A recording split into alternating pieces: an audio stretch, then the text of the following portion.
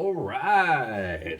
So this is my Epiphone Les Paul Jr. My buddy Tommy painted it for me. It used to be a really bad black with a red sunburst. And so I had him just do a flat, kind of a flat slash glossy. I didn't want it to be shiny. So it's just, one pickup, which that is a GFS pickup. It's, I'm playing through my Amplitude 5.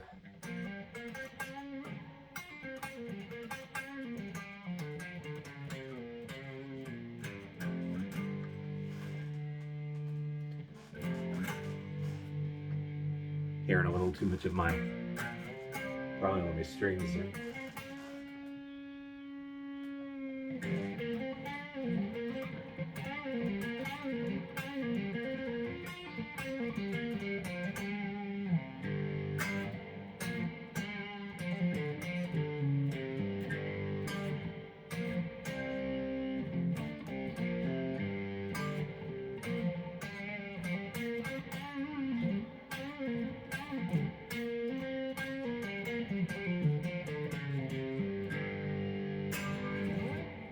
So,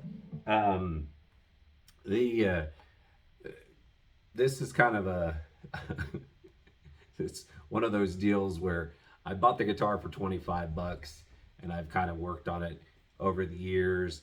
I sanded the back down and love the feel of that sanded, smooth, just plays real nice. I put new tuners on there. When I was putting this together, my buddy Tommy realized after I put it together that I messed up a few of the holes.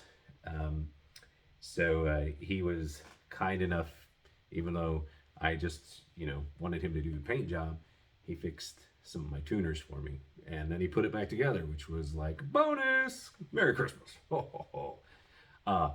This is... Every time I wear it, my wife calls me Captain Kirk. It's my Star Trek shirt. It's not, but so now I look like Captain Santa or something. Anyway, so this video has a bunch of different purposes. I did a video yesterday setting up, or day before, whenever it was, setting up your own recording studio. So quickly, I just want to tell you that an interface like the one, you can get an interface like the Focusrite that I showed for under $200. And a lot of times they come with a lot of free software. And so, right there, under $200, you can probably find a Focusrite, used market for 125, maybe 150. And they're all really good. Some of them have a little more features than others. Some have different types of microphone preamps within them. So, just do your research, look at them, read them.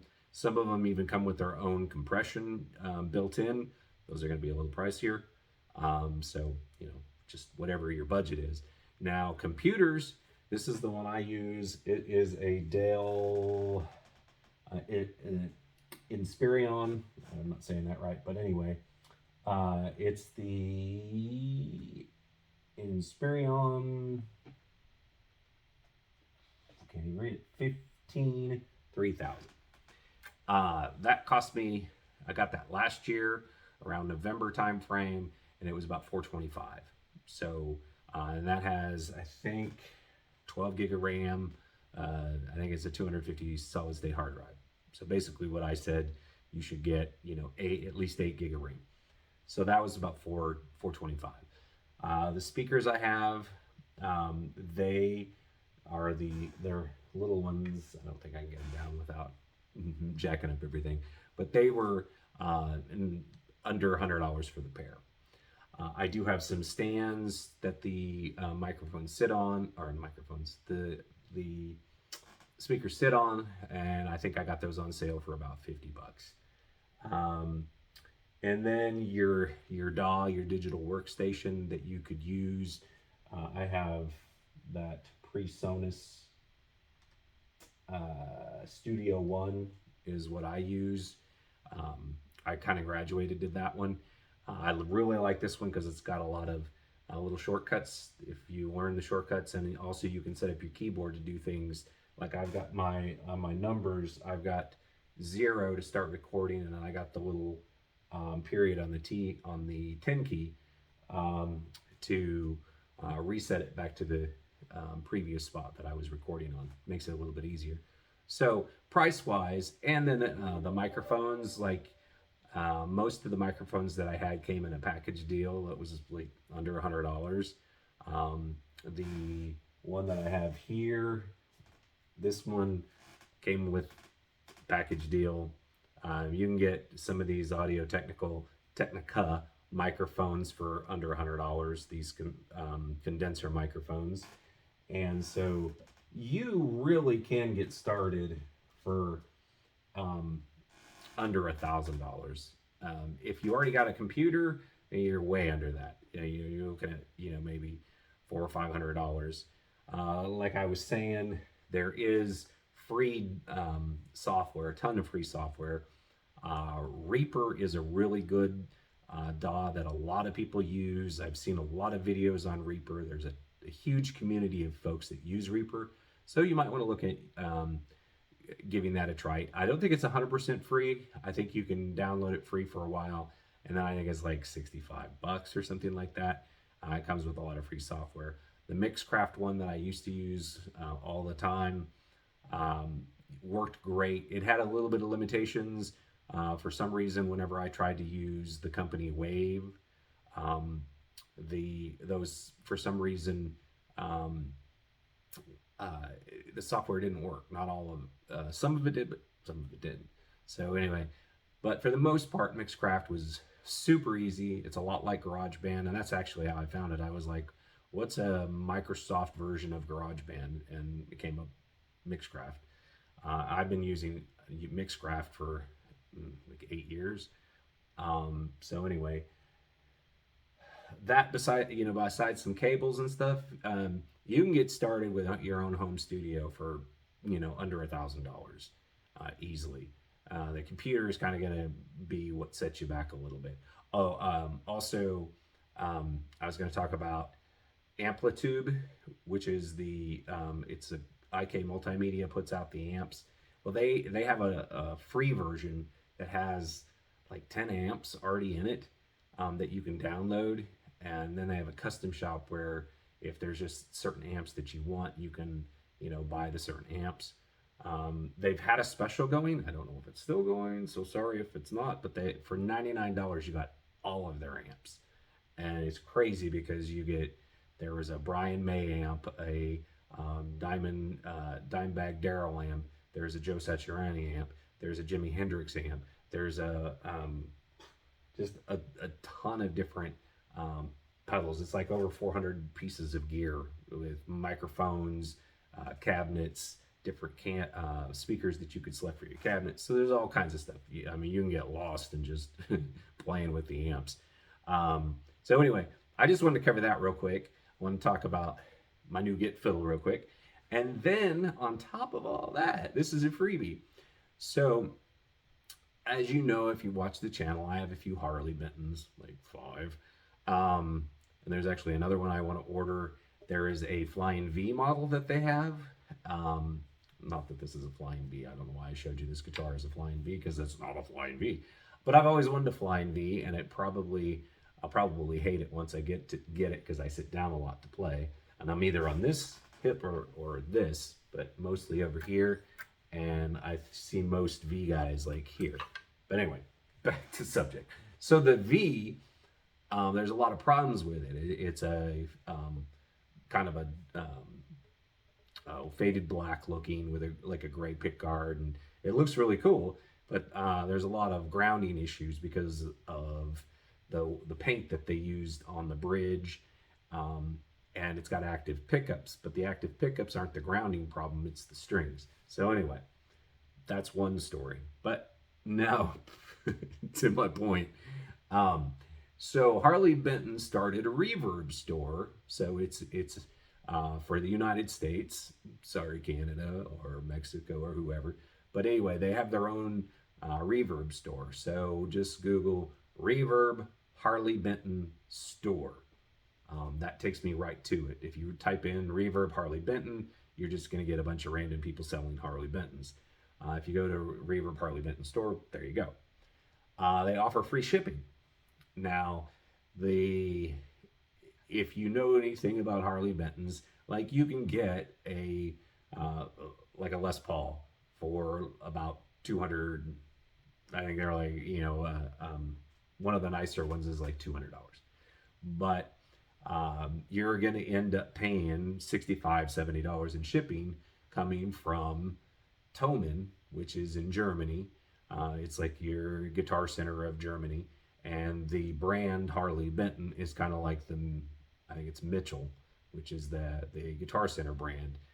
But so it's like their affordable line, but they make a ton of different guitars, and they've kind of gotten better and better over the years. I've loved every single Harley Benton I have had, um, except for there was one issue with one, but we'll talk about that in another video. So anyway, if you go to I always type in Thomann USA, and that takes you to the Thomann site, which is in Germany, and you buy it there, and you pay $65, $70 in shipping. You can buy two guitars and split the price. Me and my buddy did that on one of their guitars, so that works out. So 35 bucks each, something like that. Now they started this Reverb store in the United States. Well, the Reverb store is free shipping, but say you're going to buy a $200 guitar, well, it's going to cost you $265 because they've already applied what they ended up paying for shipping anyway. So you're not getting a deal there. Extra bonus, you have to pay taxes. Okay, so in the UK, in Germany, whatever, not UK, but in Germany, and maybe I got all that wrong, but anyway, Germany, they they have like an excise tax kind of thing, but I've never had to pay any.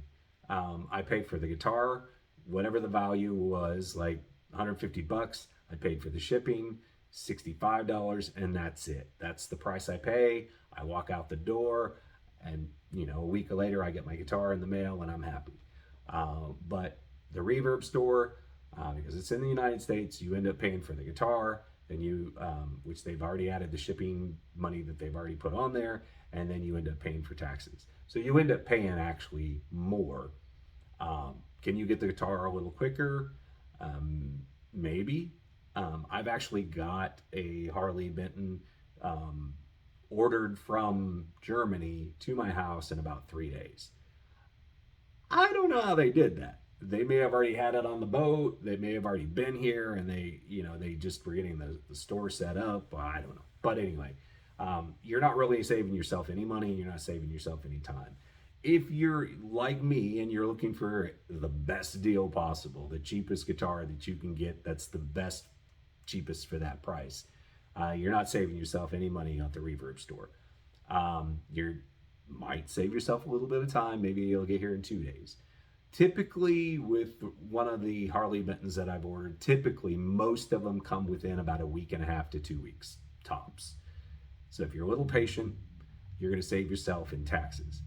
Now, if you live in Canada, it's a little different. I think they have some import taxes and some other stuff going on that I don't know anything about. So, that's a little bit different scenario.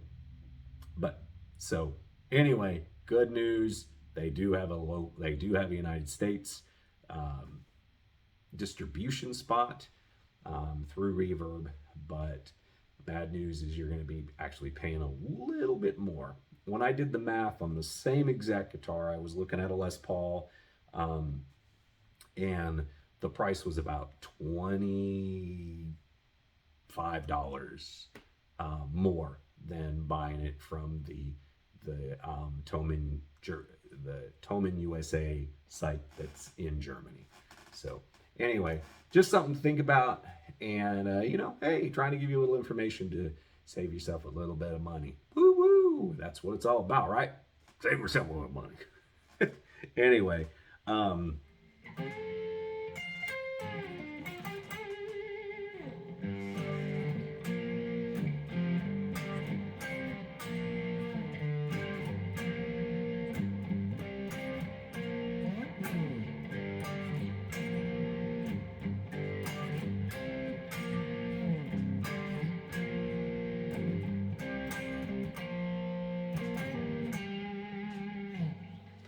uh, just one last little thing. Um, video's going way longer than I planned. Um, when you buy a guitar, a cheap guitar, now this one was 25 bucks. It was run down. It was dirty. Um, buy yourself a little bit of um, it's hydrating oil that you can put on the neck. It doesn't work the same on a maple fretboard, but it does on a rosewood or fake rosewood or whatever. It does make it look better. This thing was just nasty when I bought it. It's not perfect. You can probably see a little bit of grime, but and then a little bit of this polish. It's just a little get this open. You just pull a little bit out. You take it, rub it on all the frets, get yourself an old sock or rag or whatever, and just kind of rub it off. And it really, I mean, it can take an old grimy looking guitar and make it play good. Then I also recommend, there's nut lube, and it just takes a little dabble and you put it in there. If your string is too big, here's another little hint for you. You can take, if your string's too big, yeah, exactly. If your string's too big for the I wanted to say a specific word, but it wasn't the right one. But for where the guitar string goes through the nut, you can actually take sandpaper and sand it a little bit. Just make sure it's straight. You don't want to go crooked with it.